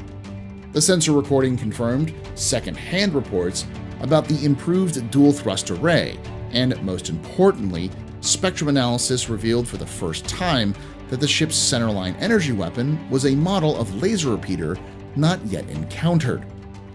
Additional encounters with the Xi'an medium fighter were recorded throughout the late 2930s, each providing small clues to its overall capabilities, with other unspecified intelligence assets filling out the picture.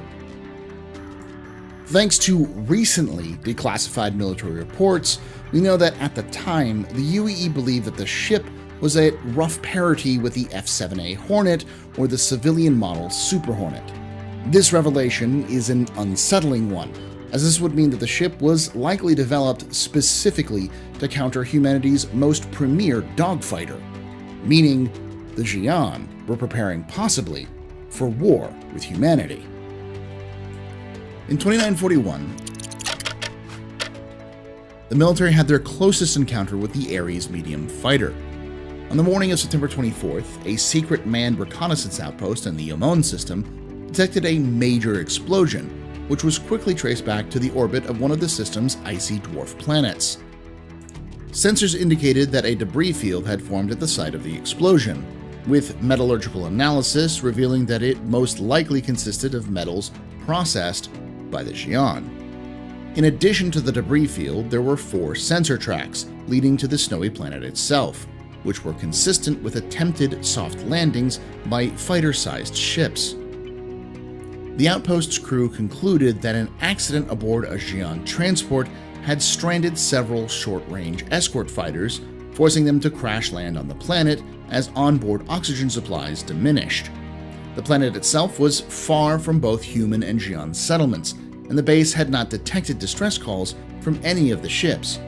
Analysis suggested that even if Xi'an authorities knew the rough location of the crash, it would take some time for the ships to be declared overdue and for a rescue party to be deployed, possibly too long. Meanwhile, elements of a UEE Navy destroyer escort squadron were conducting space trials within communication range of the covert outpost. The base commander made the difficult call that the possibility of rescuing survivors was valuable enough to risk revealing the location of his outpost. As a result, he dispatched all available information to the destroyer group, prompting them to move into range of the crash sites to begin rescue operations. A pair of Argo MPUVs who were sent out to search the area were the first to find wreckage and confirmed that the ships in question were indeed the mysterious Xi'an medium fighters. 2 of the 4 fighters had suffered heavy damage in the initial explosion, and the resulting crash had completely destroyed them. The survey teams transmitted scans of the wreckage and moved to locate the other ships. One of the MPUVs found the 3rd fighter in better condition, as it seemed the ship had skidded to a stop on an icy plain. The human rescue team aboard began de-icing the wreck site in an attempt to quickly reach the pilot. Unfortunately, the work would end in tragedy when the industrial heating units set off what is believed to have been a still-armed munitions package on the ship's wing, destroying the entire site. As a result, all members of the first rescue team and the fighter's pilot were killed in the blast. Meanwhile, the second Argo discovered that the final escort had not crashed at all. They found the ship had landed safely on a stable plane. Tracks in the snow confirmed that the pilot had survived and was heading to reach his wingman. The surviving pilot was located by the MPUV and taken aboard, returning them to the escort squadron, where he received medical care and ultimately returned to the Xi'an Empire. Despite the casualties, the incident was seen as a net positive for human-Xi'an relations, with the safe rescue of the surviving pilot. Military intelligence officers were not as happy, as they gained only a limited amount of useful information from the initial crash site scans.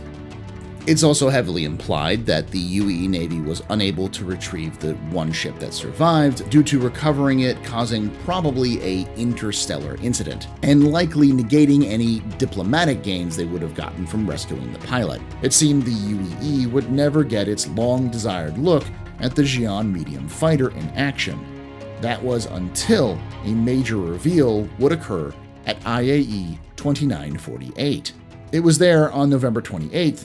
The Aopoa Council announced that the mysterious medium-class fighter was available for purchase. This rendered years of intelligence gathering obsolete, but allowed humanity the first hands-on information about the fighter. Aopoa's decision had seemingly been made after almost 3 decades of increasing Khartu-Al sales to human concerns. The spacecraft, named the Santokyai, was revealed at an opulent invitation-only gala, which broadly celebrated Xi'an culture. What the public saw was an impressive new Xi'an design, one the military already knew as the frontline medium fighter they had studied for over 10 years. As an export model, the Santokyai is not a perfect match for the military spacecraft seen in the past, but it is similar enough in both design and capabilities that it can be said with certainty that it was derived from the callsign Ares medium fighter. The overall fuselage and flight configurations closely match recorded encounters with frontline medium fighter models. The dual-vector thrusters and laser repeaters included with the base civilian model also confirm what was already known about the ship. Additionally, all footage of the Santokyai maneuvering has been within the limits of previous observations. Analysts have also noted, with some concern, that the Santokyai's capabilities are so close to what is known about the Xi'an medium fighter that this sudden reveal strongly indicates that the military must have access to a more advanced model that has yet to be observed by military analysts. This means there is a more advanced version of this ship that is a potential hard counter to both the F-7A Hornet Mark II and the latest generation of space superiority fighters, the F-8A Lightning. As a result of this information, it's probably unsurprising that the United Empire of Earth was one of the first customers of the Santokyai. Per Naval Office of Budget and Planning, the military was approved for the requisition of 9 of the spacecraft. If these examples follow the pattern of previous alien designs requisitioned by the military, these Santokyais will likely be divided between engineering study, artifacts for disassembly, and for aggressor training. While the Empire does not formally acknowledge that it operates Xi'an or simulated Xi'an spacecraft in combat training, it has purchased Khartu-Al for unspecified research projects regularly since it was introduced to human space. Since its release into the human market, the Santokyai has made a splash in the military and civilian worlds. Time will tell if it will live up to the hype of its Hornet killer status, but the civilian variant has already begun to turn heads since its official release in 2953.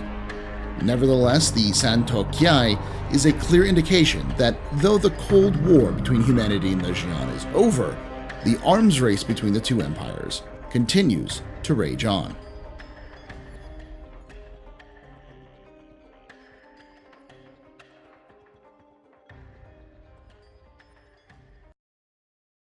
I'd like to thank you.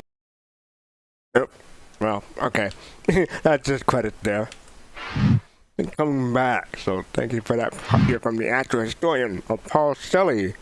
We are going to, okay, well, I want to say first, Mr. Jenke, thank you for the raid, appreciate it.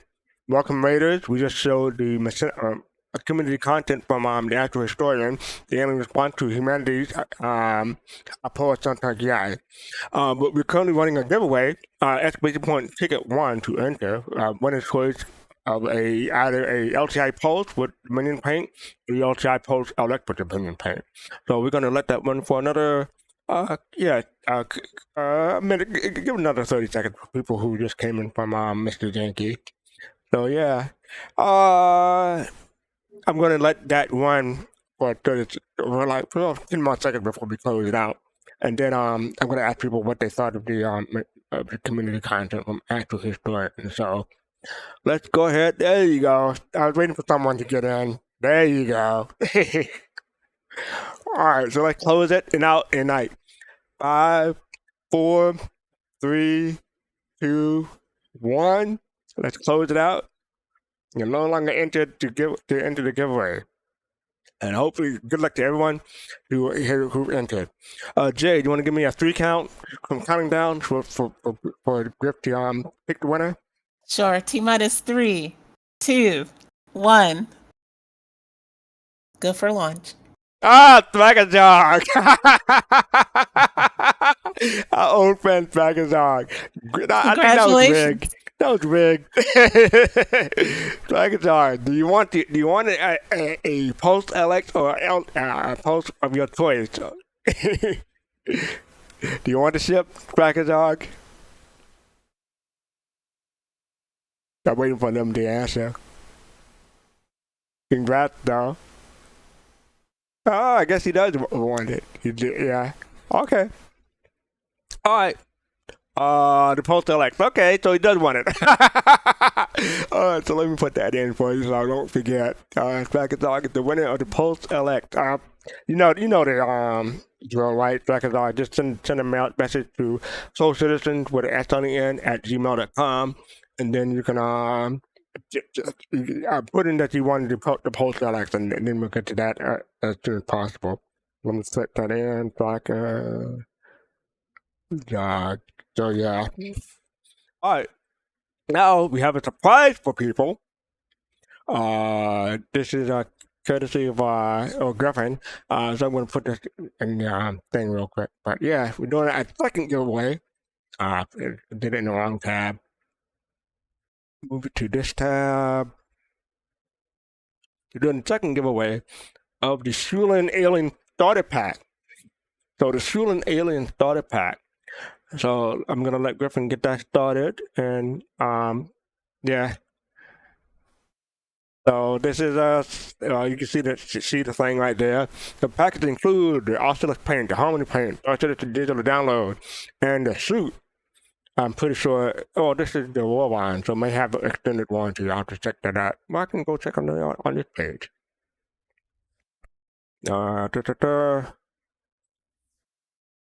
Trying to find the right page. 1.2. Alien step. There it is. So yeah, the ticket 1 is you want to enter for the Shulin Alien Starter Pack. Shulin.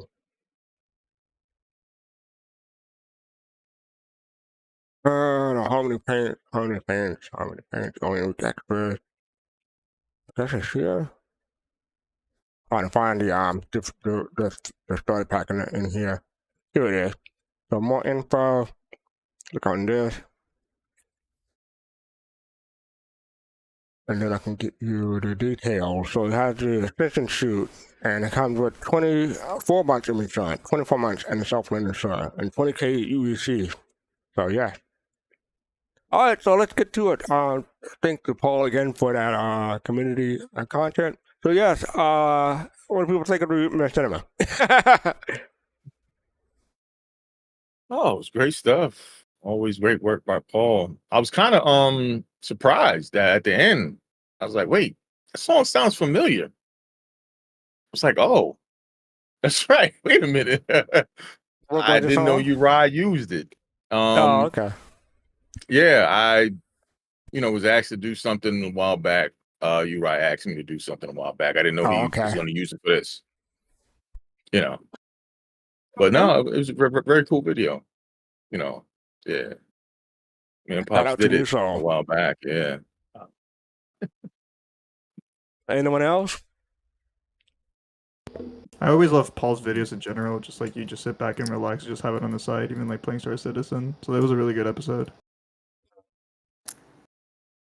Yeah, Paul always has a excellent way of and informing. His channel is great. His AstroHistorian channel is great. I definitely recommend checking it out from time to time. Paul is Paul. I mean, he's the one. Yeah. I have an issue with I mean, I know he's getting this from lore, and they're talking about taking out the light fighters, which are more like scouts, and then replacing them with these medium fighters, which is, again, if you know me, you know I'm all about the purpose of ships. So, and I don't know if CIG is really digging into it that deep, but if it seems unlikely the military would just replace a light fighter scout with a heavier fighter without needing those fighters to go someplace else. So, everybody's talking about, is there a fourth race out there that people are kind of watching, and I'll just say that maybe they were using those scout fighters someplace else where they were needed more, and pulling in fewer medium fighters to kind of fill that void. So that's why I'm kind of going with that. Okay. Yeah, I like Paul's stuff. He does a great job providing context for all these ships and factions in the game. So, yeah, I'm a huge fan of Paul's work. Cool. Thank you. I have a question for you. Well, before we do that, I just want to remind people, if you're watching on YouTube, remember you have to go over to Twitch in order to enter the giveaway. So I forgot to say that. So thank you for that. But go ahead. Go ahead, Pops. No, I just wanted to know, did you pick this one because of Alien Week? Yeah. Specifically picked this one for Alien Week. Yeah. All right. Yeah. There's a madness to my method. Okay. And you are mad. No. Nah. No, I'm just kidding. No, I'm certifiable. You didn't know? No, I'm kidding. But yeah, that's the reason why I picked this one. All right. I think any other further comments before we wrap up the giveaway? All right. So remember, ticket one, exclamation point ticket one to enter the giveaway. We're gonna close it out soon. Maybe 15 seconds from me saying this. But yes, remember, if you're on YouTube, you got to go over to Soul Citizen Twitch channel in order to enter. There we go. There's always someone. Exclamation point ticket to enter the giveaway. I think that's about it. So I'm gonna say close it out in 5, 4. Oh wait, Rod, you misspelled it. You got it all in there. You spelled it, Rod. I'm trying to let you get it in before we close it out. Bad? Come on now. Never mind. Okay. All right. 5, 4, 3, 2, 1. And closing it out. You can no longer enter the giveaway. Admiral Kusanagi, give us a countdown from 3, please, to pick the winner.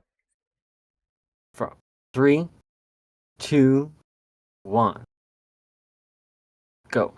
Citizen Shenanigans, you won. Congratulations, Citizen Shenanigans. Congrats.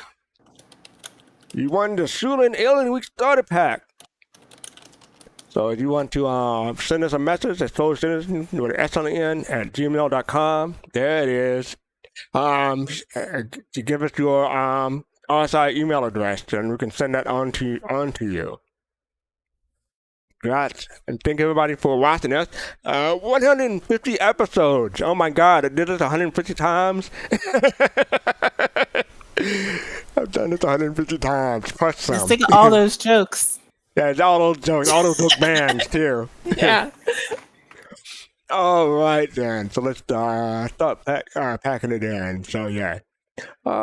Thank you all for watching, and thank you all for being here.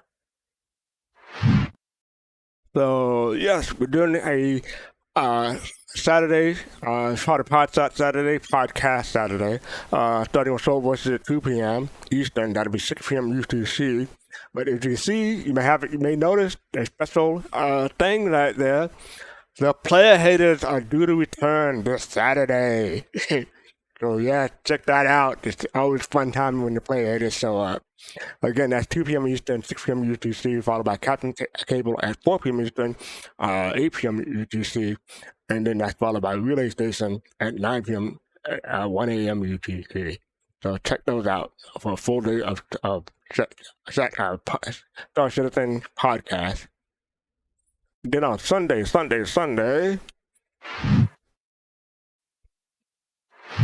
there's no show. I hyped it up just to disappoint people. There is Happy a show. Father's Day. You told me to remind you, so. Oh yes. Let me get this done. So this Sunday there will be no Soul Citizen because celebrating Father's Day. Good. Happy Father's Day ahead of time. So yes, there's no Soul Citizen, but we will return the Sunday after. So go ahead, Jade, please. Oh, what? You said you wanted to do a plug for Oh, no, I thought you were going to do it because you asked me to remind you. You do it. Okay. Yeah, no, I'll be on the People's Radio, which is twitch.tv/the People's Radio tomorrow at 2 p.m. Pacific, 5 p.m. Eastern, and whatever that is, 2100 UTC. DJing. Yeah. Woo! And also, you want to, the producers put out a video last week. So check that out. Talk about the community for Star Citizen. That's on our YouTube channel. We also do reaction reviews. We're going to get back on that. I'm going to see if I can wrangle some people to do some more reaction reviews. So hopefully we'll look forward to that. Thank you everyone for being here. Admiral Kusanagi, Face to Face, Leo, Griffin Gaming for running this giveaway. Appreciate it. Jade and Potting Face, and thank you everyone in chat for coming in to join us. And thank you. I gotta scroll up real quick. Mr. Jinky for the raid. Appreciate it. You want to become a Soul Gold, Soul Citizen, Soulmate, Soul Citizen membership has your privileges. Click the join button below on YouTube. You can want to follow us on social media with Soul Citizen with the S on the end everywhere. You can want to support us, you can buy merchandise, or you can go on PayPal and support us there. But make sure if you really want to support us, we appreciate it if you hit like, subscribe, and follow depending on what platform you're on, and hit the notification bell so you know when we go live. And I'm out of breath, but we are going to raid Liam TX. Liam TX is who we're going to raid. So with that, thank you everybody again. Happy 150th to all of us. And with that, peace, love, and soul.